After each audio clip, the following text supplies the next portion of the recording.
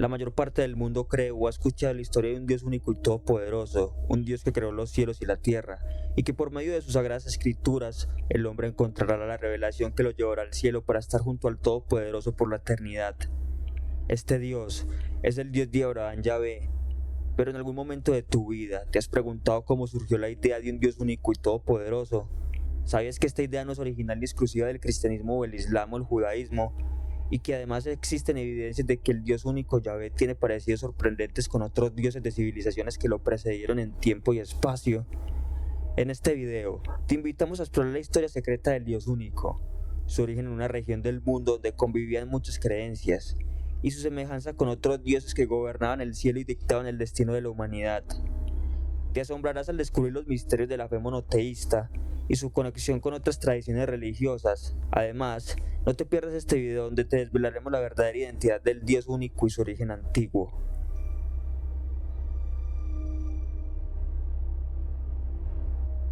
Para entender mucho mejor la historia de nuestro Dios, debemos remontarnos al principio de todo.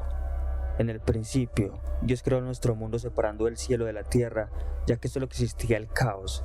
Así que con su increíble fuerza empujó el cielo hacia arriba y la tierra hacia abajo, separándolos para siempre.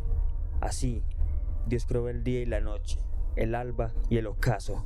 Tal vez este relato nos suena familiar, pero es la historia de la creación según la mitología sumeria, la primera civilización humana conocida hace más de 5000 años. Según los sumerios, en el principio solo existía el océano del caos primordial llamado Nammu, de donde surgió todo el cielo An y la tierra Ki. Entonces Enlil, el dios más poderoso, decidió crear el orden y el destino de todo lo que existe. Enlil era el dios más poderoso del panteón sumerio y estaba relacionado con el rayo, la lluvia y las tormentas. Vigilaba a la humanidad desde Ekur, la casa de la montaña. Por este motivo, la humanidad lo veneraba por su benevolencia y amor hacia los humanos, permitiendo que cayera agua del cielo para las cosechas y así garantizar la vida. Pero Enlil no siempre era bondadoso. También es descrito como un dios iracundo que se ahoga a su vida creando tormentas que destruían todo a su paso. Una de estas tormentas generaría uno de los mitos más famosos de la historia, el diluvio universal. En aquellos días los humanos eran numerosos y ruidosos. Habían construido ciudades y templos y habían aprendido las artes y los oficios de los dioses, pero su ruido molestaba a Enlil, el dios supremo, que reinaba sobre el cielo y la tierra desde su templo en Nippur. Enlil no podía dormir ni descansar por el ruido de los humanos y se llenó de ira. Y dijo Enlil: yo soy Enlil, el señor de los cielos y la tierra. No me gusta que los humanos se hayan multiplicado tanto, pues hacen mucho ruido y me molestan. Quiero acabar con ellos y con todo lo que han hecho. Enviaré un gran diluvio que borrará toda la vida de la tierra. Pero Enki, el dios de la sabiduría y el agua, creador de los humanos mediante el barro y la sangre de Weila, el dios rebelde, se apiadó de los humanos y les advirtió a través de un hombre llamado Ziusudra. Ziusudra era un rey justo y piadoso que había sido elegido por Enki para ser el salvador de la humanidad. Y dijo Enki: yo soy Enki, el dios de la sabiduría y el agua. Soy el hermano de Enlil y el amigo de los humanos. Veo que Enlil quiere destruir a los humanos con un gran diluvio, y quiero salvarlos y preservar su semilla. Te he elegido a ti, Ziusudra, para que seas el héroe de los humanos, y te diré lo que debes hacer. Debes construir un barco y meter en él a tu familia y algunos animales. Y cuando el diluvio llegue, sube al barco y cierra la puerta. El barco te llevará a un lugar seguro donde podrás empezar de nuevo. Ziusudra obedeció a Enki y construyó un barco. Cuando el diluvio llegó, subió al barco y cerró la puerta. El diluvio duró 7 días y 7 noches. El agua cubrió todo lo que había en la tierra, y tanto hombres como mujeres, niños, ancianos y los animales se ahogaron bajo la furia de Enlil. Los dioses se lamentaron por la pérdida de sus siervos y sus ofrendas, y solo se salvó Ziusudra y los que estaban junto a él en el barco. Cuando el diluvio cesó, el barco se posó sobre el monte Nisir. Ziusudra salió del barco y ofreció sacrificio a los dioses. Los dioses se alegraron en gran manera de sentir el dulce aroma del humo del sacrificio y se acercaron a Ziusudra. Al saber que los humanos habían sobrevivido, Enlil se enojó en gran manera, pero al sentir el dulce aroma del sacrificio, Enlil, el dios supremo, perdonó a Ziusudra y le ofreció vida eterna como la de un dios. Después de esto, los humanos se regocijaron y repoblarían la tierra, garantizando así un nuevo comienzo para la humanidad. Esta historia ha sido contada en diferentes civilizaciones posteriores a la Sumeria, como Unapisin para los babilónicos o Atrahasis para los acadios, y la más conocida de todas, la historia bíblica de Noé. Los sumerios vivieron en Mesopotamia, la tierra entre los ríos Tigris y Éufrates, hace más de 5000 años. Ellos fueron los primeros en inventar la escritura, la rueda, la agricultura, la astronomía y muchas otras cosas. Y a pesar de que Enlil era su dios más poderoso, su religión era politeísta, lo que hacía que Enlil compartiera el cielo con muchos otros dioses. Esto era evidente cuando empezaron a construir diferentes ciudades-estado independientes como Uruk, Ur, Eridu y Lagash. Cada ciudad tenía su propio rey, su propio dios y su propio templo. Dependiendo de las necesidades de cada pueblo, se iba adoptando una deidad principal. Los dioses eran considerados como los dueños de la tierra y los humanos eran sus siervos. Los humanos debían trabajar para los dioses y ofrecerles sacrificios y oraciones. Los dioses podían ser benevolentes o crueles, y podían enviar bendiciones o castigos a los humanos. La tierra de Sumer era árida, y los recursos eran escasos, y las sequías y las inundaciones eran frecuentes, sucesos tomados como castigos divinos. A su vez, otros pueblos empezaron a migrar a la tierra de Sumer en busca de mejores oportunidades. Muchas veces los sumerios los acogieron y los hicieron parte de su pueblo, pero otras veces los sumerios tuvieron que enfrentarse a ellos y muchas veces salían victoriosos dándole el honor a sus dioses y principalmente a Enlil. Pero hubo una guerra de la cual no se pudieron recuperar. Un pueblo diferente, un pueblo fuerte de origen semita llamado los Acadios, fundaría la ciudad de Kish, y en esta ciudad surgió un rey llamado Sargón, el cual deseaba llevar la grandeza a su gente. En algún momento a mediados del 2340 a.C. se lanzó a la conquista de las ciudades sumerias del sur. Los sumerios lucharon con fuerza, pero las etnias semíticas que habían acogido antes influyeron en la disolución de Sumeria, y estas tierras fueron conquistadas por el Imperio Acadio, el primer imperio de la historia según los historiadores. Sargón se convirtió así en el primer monarca histórico que consiguió unificar toda la cuenca de la Mesopotamia bajo un mismo mandato.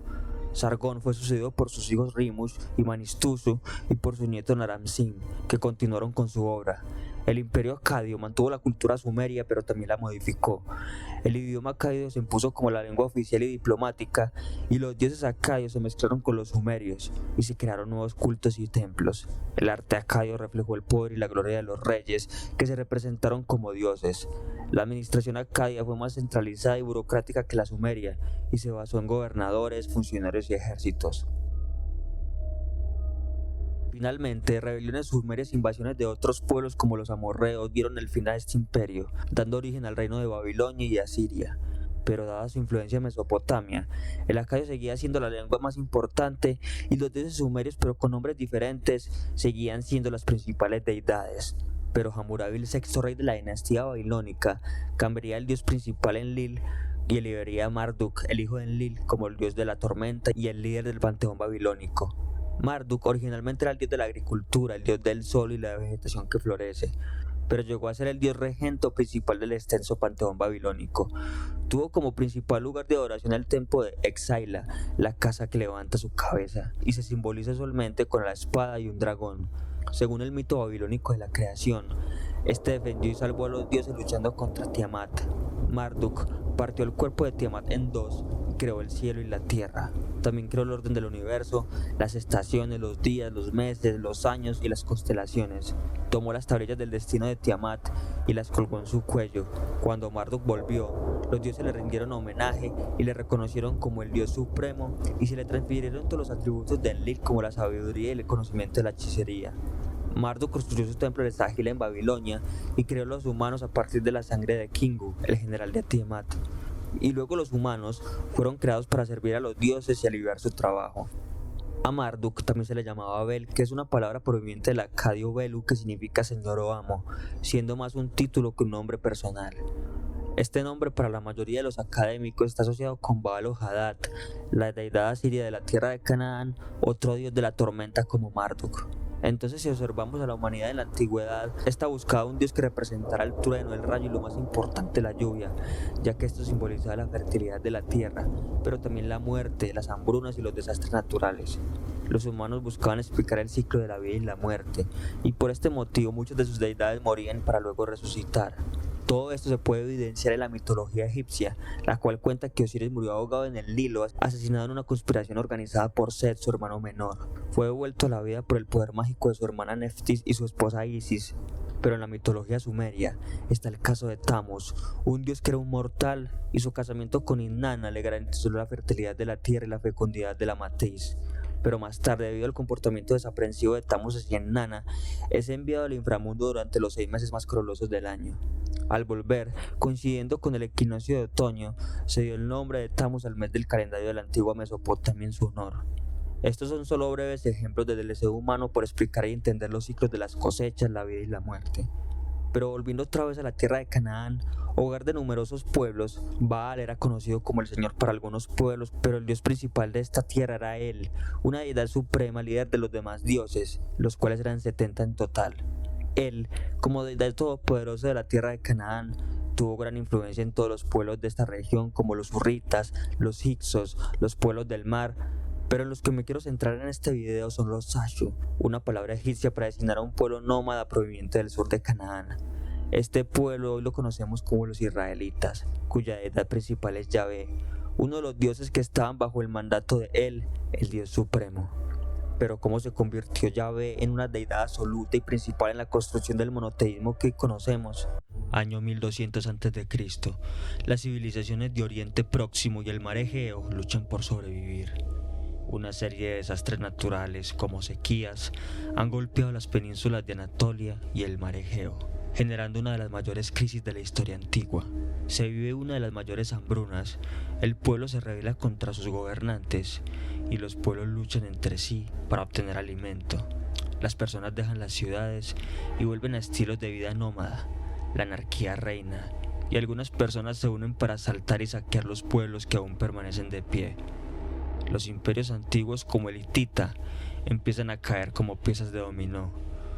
Uno de esos grandes imperios antiguos, el egipcio, lucha fuertemente contra invasiones nómadas como los misteriosos pueblos del mar, los cuales son provenientes del Egeo y otros pueblos originarios de Canaán. La lucha es feroz. Los pueblos del mar atacan el delta egipcio, pero la fortaleza de la civilización egipcia logra mantenerse en pie y los pueblos del mar caen derrotados. Los pocos que sobreviven huyen. El poder y la influencia egipcia es más fuerte que nunca. Ya casi sin rivales en Oriente Próximo, solo unos pocos se atreven a desafiar su poderoso ejército. Entre estos pueblos nómadas hay uno que parece ser el más persistente de todos, los Chasu, una palabra egipcia para referirse a los nómadas de la tierra de Canaán. Los Chasu eran valientes y realizaban tácticas de guerrilla para realizar ataques en Egipto. Según los egipcios, los Sashu eran un grupo nómada peligroso y lo consideraban como una amenaza para el control del Levante. En la lista del rey Amenhotep III, entre los años 1390 y 1353 a.C., se menciona a los Shasu y a una subtribu de este grupo conocido como los Yup o Yahvé. Y sí, es así como lo oyen, Yahvé en un principio era un pueblo Shasu. Esto demuestra que los egipcios conocían a este grupo y tuvieron interacción con ellos antes del siglo XIV a.C. El dios principal de estas tribus Shasu era El o Elión, pero cada pueblo Shasu tenía una deidad principal que lo representaba y que lo unía políticamente.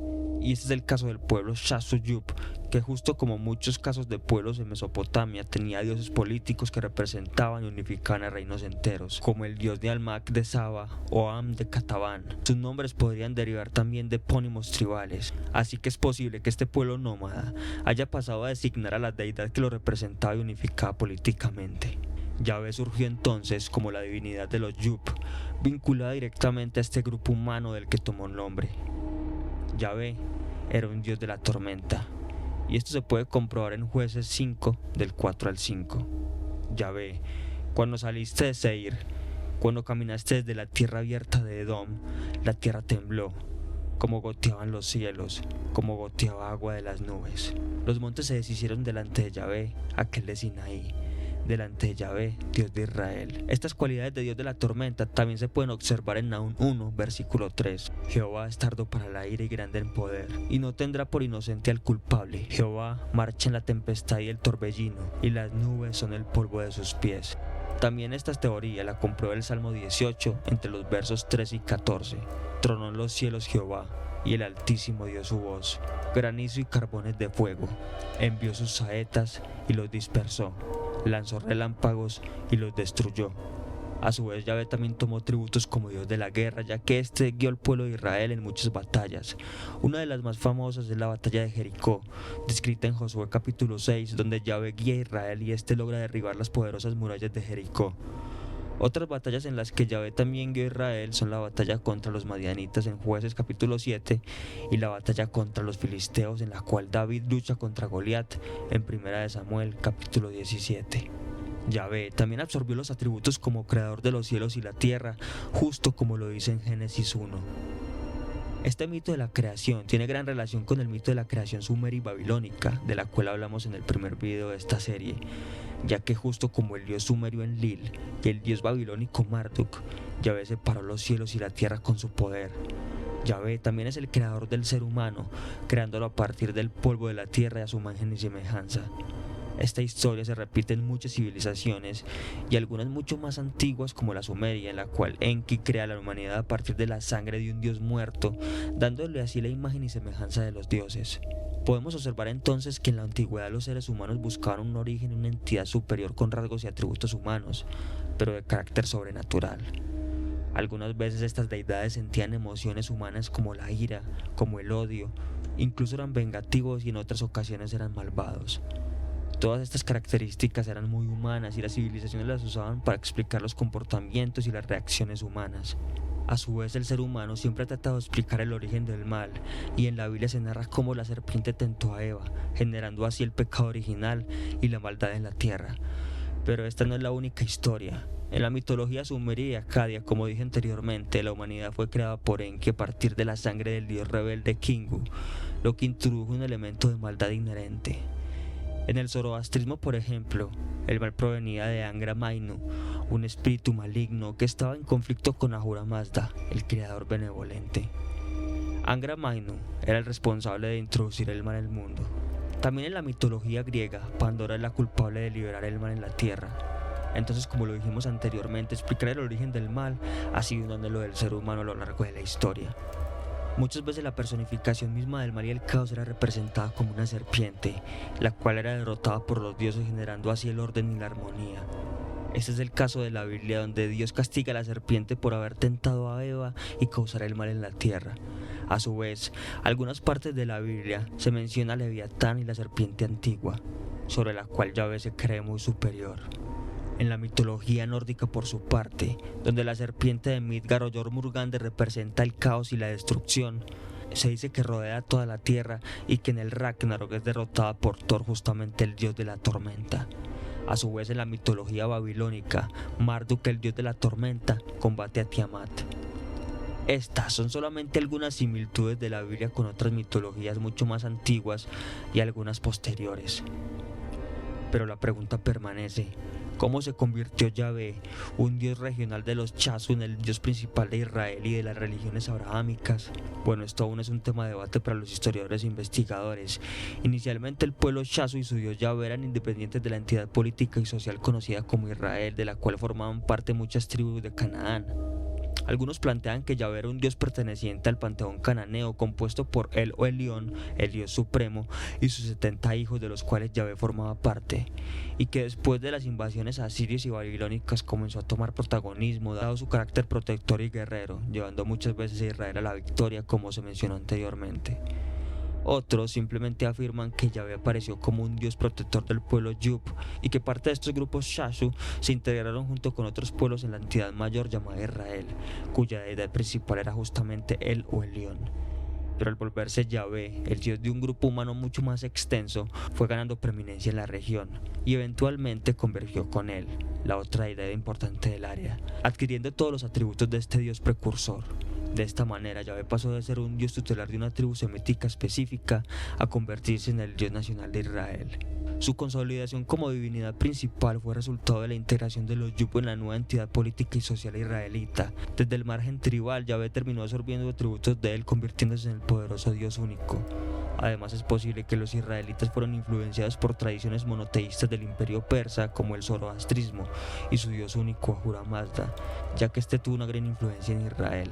También es necesario recordar que los israelitas no acostumbraban a pronunciar el nombre de Dios y que solamente lo llamaban como el Shaddai o Adonai, que significa Dios Todopoderoso o el Señor, por lo que en este proceso pudo haberse entremezclado el Dios El con Yahvé. Además de que la diosa madre y consorte de él, Azirat, fue eliminada para dar a Dios un carácter mucho más autosuficiente y supremo. Pero continuando con este proceso de conformación de una fe monoteísta, quedaron vestigios de la antigua fe politeísta del pueblo de Israel en palabras como Elohim, que en la Biblia se usa para referirse a Dios. Pero este término es un término plural que se refiere a muchas deidades o entidades poderosas. Uno de los pasajes de la Biblia que podrían confirmar la fe politeísta del antiguo Israel sería el Salmo 82, versículo 1, donde Dios o Yahvé se levanta durante una asamblea de diferentes dioses o diferentes Elohim, y todos sabemos que una asamblea no se puede hacer solo. A su vez, el proceso de ascensión de Yahvé como Dios único está reflejado en Deuteronomio 32, 8, 9 y 12, donde se habla como el Altísimo Elión dio a las naciones su herencia, cuando separó a los hijos del hombre y fijó los límites de los pueblos según el número de los hijos de Israel. Pero en los textos más antiguos que tenemos de las Escrituras, la frase los hijos de Israel se lee como los hijos de Elión.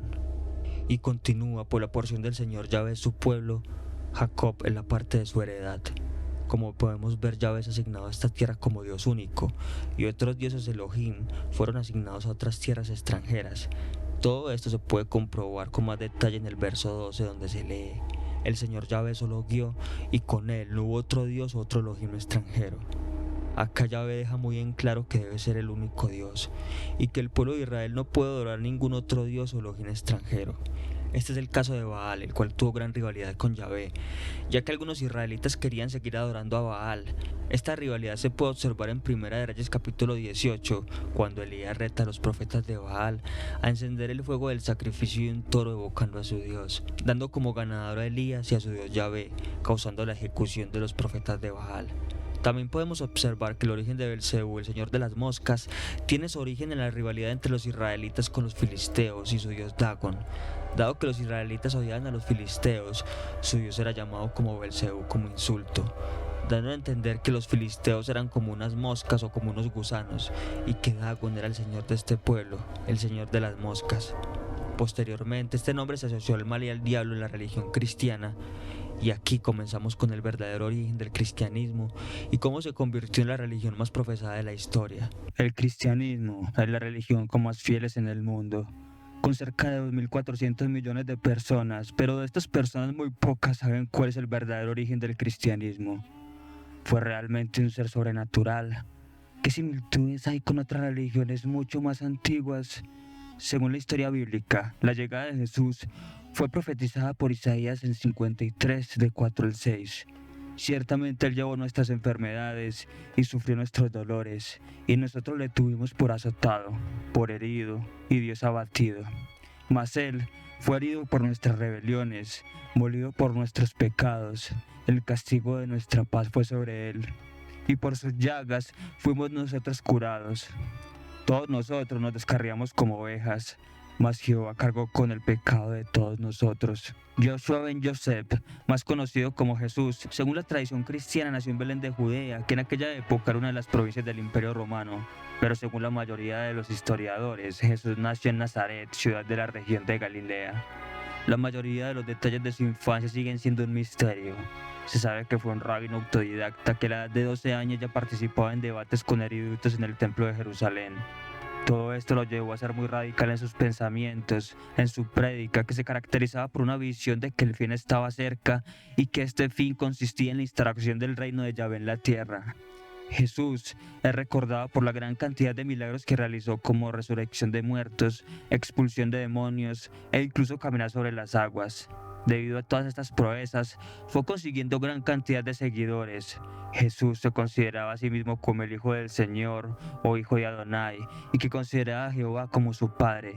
todos estos hechos y afirmaciones hacían que la mayoría de los rabinos y judíos ortodoxos vieran a Jesús como un hereje, lo cual hizo que tuviera gran cantidad de confrontaciones en estas personas. Sin embargo, su influencia continuó expandiéndose y su autoproclamación del Mesías de los judíos llegó hasta tal punto de ser una amenaza para los líderes religiosos y para la estabilidad de Judea bajo el control del Imperio Romano. Todo esto creó el ambiente perfecto para que se creara una conspiración en su contra, que llevó a su ejecución por órdenes de Poncio Pilato, el gobernador de la provincia de Judea. Después de su juicio fue azotado, golpeado y obligado a cargar con su cruz hacia el lugar donde sería crucificado. En su cabeza se le colocó la corona de espinas de forma sarcástica, y en la cruz se colocó una inscripción de INRI, que significa el rey de los judíos. Se cuenta que después de su muerte resucitó en 3 días y que este evento fue visto por una gran cantidad de personas. Después de este acontecimiento, ocurrió una división entre los seguidores del judaísmo y los seguidores de Jesús, dando así inicio al cristianismo. Pero, ¿todo esto fue real o simplemente fue una combinación de malinterpretaciones, manipulaciones, política y ambición del poder? Probablemente el cristianismo y todo lo que se produjo después de la muerte de Jesús sería aborrecido por el mismo Jesús, que como les comenté anteriormente, era un judío muy radical en sus pensamientos. Dado que en ese momento las tradiciones rabínicas se pasaban de manera oral, Jesús como tal no dejó ningún escrito y solo conocemos sus actos por los evangelios posteriores. Y comprobamos que realmente existió por testimonios de personajes ajenos al cristianismo como Tácito, Suetonio y Flavio Josefo. En el testimonio flaviano se lee: por este tiempo pareció Jesús, un hombre sabio, si es correcto llamarlo hombre, ya que fue un hacedor de milagros impactantes y un maestro para los hombres que reciben la verdad con gozo. Y atrajo hacia él a muchos judíos y a muchos gentiles, además era el Cristo. Y cuando Pilato, frente a la denuncia de aquellos que son los principales entre nosotros, lo había condenado en la cruz, aquellos que lo habían amado primero no lo abandonaron, ya que se les apareció vivo nuevamente el tercer día, habiendo predicho todo esto y otras tantas maravillas sobre él y los santos profetas. La tribu de los cristianos, llamada así por él, no ha cesado de crecer desde ese día. Algunos historiadores han advertido que en este texto se puede observar la presencia de lo que se llama como interpolación histórica, o en palabras simples, partes del texto en su mayoría fueron añadidas por escribas posteriores que querían reafirmar la fe en Cristo. Según los historiadores, la palabra de Jesucristo era una creación posterior que une el elemento Cristo, que significa el ungido, con el nombre de Jesús.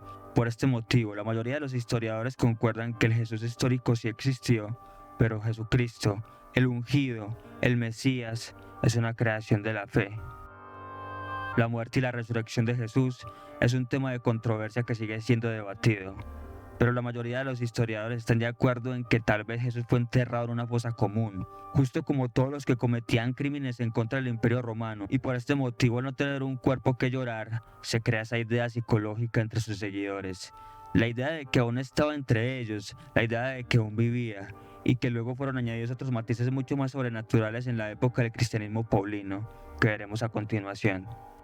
Los orígenes del cristianismo son diversos y no todos sus seguidores estaban de acuerdo en todos los aspectos de la fe. Así que sus seguidores se dividieron y crearon 3 ramas. La primera rama era la rama de los judeocristianos, que así como Jesús eran bastante radicales y promulgaban la salvación solamente para los judíos. La segunda rama era el cristianismo gnóstico, una rama mucho más filosófica e influenciada por el conocimiento griego, una rama que pensaba que el verdadero conocimiento gnosis había sido revelado a este selecto grupo y que en sus manos estaba la liberación mental de la humanidad. Y finalmente está la tercera rama, el cristianismo paulino, o el cristianismo profesado por Pablo de Tarso. Estos grupos empiezan a chocar y empiezan a pelearse con el fin de erigirse como el verdadero cristianismo. Y finalmente la corriente de Pablo fue la vencedora, debido a que la integración de personas extranjeras al pueblo judío, promulgando la salvación no solamente de los judíos sino para todos los gentiles, fue algo de gran innovación. Los evangelios canónicos demuestran cómo la figura de Jesús fue cambiándose y puliéndose para desencadenar en lo que conocemos hoy en un Jesús mucho más divino, pero según los historiadores, todos estos rasgos fueron añadidos por estos diversos grupos cristianos con el fin de que todo encajara con su fe. Recordemos que los evangelios fueron escritos muchos años después de la muerte de Jesús y probablemente no fueron escritos por los apóstoles, sino por un grupo de cristianos. Pero lo más importante es que la figura de Jesucristo tiene gran similitud con otras historias de culturas mucho más antiguas que fueron absorbidas por el Imperio Romano, simplemente para que su cultura y su religión fuera absorbida de una manera mucho más simple en los pueblos ocupados. La Navidad es probablemente la festividad más celebrada en el mundo occidental. Para entender el verdadero significado de la Navidad tenemos que remontarnos muy atrás en la historia, incluso antes del nacimiento de Cristo, pues muchos de los ritos asociados tienen un origen pagano e incluso cultista que la Iglesia cristiana adaptó hábilmente para sus propósitos. El elemento central de toda esta simbología es sin duda el solsticio de invierno, ese momento crucial en el que el sol alcanza su máxima lejanía en el cielo nocturno, dando lugar a la noche más larga del año. Para todas las culturas agrícolas antiguas, dependientes de los ciclos solares, este era un momento de gran importancia ritual. El sol con su aparente debilitamiento en el solsticio era visto como un dios que perecía, un dios inmolado por las tinieblas, para luego renacer días después, devolviendo la luz y el calor. Un ciclo de muerte y renacimiento, un ciclo que también sufren los campos aparentemente estériles en invierno, pero llamados a florecer nuevamente en primavera. Y fue así que en torno al solsticio de invierno se desarrollaron todo tipo de ritos y celebraciones destinadas a honrar y fortalecer al sol para ayudarlo a superar esa etapa penosa. Los sacrificios de animales, las hogueras purificadoras, los festines desenfrenados e incluso las orgías formaban parte de esta ancestral ceremonia pagana que buscaba garantizar la supervivencia del astro rey. Diferentes culturas adaptaron todas estas ideas a sus propias divinidades solares. Los hindúes, por ejemplo, lo identificaban como el dios Mitra. En la antigua Roma era conocido como el Sol Invictus, celebrado en las fiestas paganas de las Saturnales. El dios fenicio Baal, el egipcio Osiris o el griego Dionisio cumplían papeles similares en sus respectivos panteones. Todos esos dioses que mueren y resucitan siguiendo el ciclo natural de las estaciones. Incluso en las latitudes nórdicas, donde los inviernos eran especialmente crudos, los pueblos germánicos y vikingos también festejaban el solsticio de invierno a su manera. La fiesta pagana de Yule estaba dedicada al dios Odín, el señor de la sabiduría oculta, quien cabalgaba por los cielos en la mítica cacería salvaje junto a un séquito de terribles espíritus invernales. Cuando el cristianismo comenzó a extenderse por Europa, se encontró con la fuerte competencia de esta arraigada creencia religiosa. En una del movimiento político, los líderes de la naciente iglesia decidieron integrar muchos de estos ritos y adaptarlos al nuevo culto, facilitando así la conversión de los pueblos germánicos. Así, la fecha del 25 de diciembre, empleada desde tiempos inmemoriales para festejar el solsticio, pasó a utilizarse para conmemorar simbólicamente el nacimiento de Cristo, a pesar de que este evento histórico probablemente ocurriera en otras fechas. De esta manera se cristianizaba y se redireccionaba el favor pagano hacia la nueva religión. El ser humano siempre ha tratado de entender los ciclos de la naturaleza, además de la existencia. Y a esto le agregamos la idea de un futuro mejor y una idea de salvación para muchas personas que en ese momento la estaban pasando mal. Pero la religión cristiana le agrega una idea de salvación mucho más sencilla y gratuita para todos, algo que otras religiones no tenían, y que por este motivo el cristianismo triunfa sobre las demás religiones, porque profesa ser una religión para todos. Ahora, después de haber hablado sobre el tema principal, que fue cómo evolucionado Dios a lo largo de la historia y cómo fueron los inicios del cristianismo, me gustaría dar una observación y breve análisis a toda esta historia. Recuerda que puedes ver los capítulos anteriores en la lista de reproducción, el origen de Dios y las religiones monoteístas. Al principio los seres humanos vivían una vida nómada, con relación muy estrecha con la naturaleza y sintiéndose parte de ella. Pero al crear pueblos y civilizaciones cada vez más complejas, empezaron a sentirse superiores a los animales y los demás seres que cohabitan la tierra con ellos.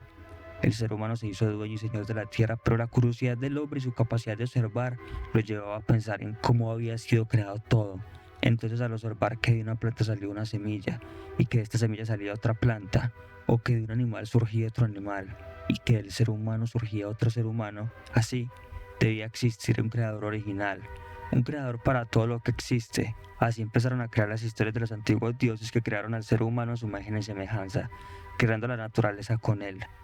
Con la aparición de la agricultura, el ser humano comenzó a establecer civilizaciones y a centrarse en los ciclos estacionales y fenómenos naturales. El sol y la lluvia representaban la vida y el bien, mientras que las noches eran frías y ocultaban a los enemigos, y además las plantas no crecían en la noche, así que se convirtió en la representación del mal. Todos estos fenómenos se convirtieron en los dioses del pasado, y la deidad principal siempre representaba como el dios que dominaba el sol, la lluvia y las tormentas, debido a la importancia del agua y los ciclos estacionales para las cosechas en una región tan árida como la antigua Mesopotamia.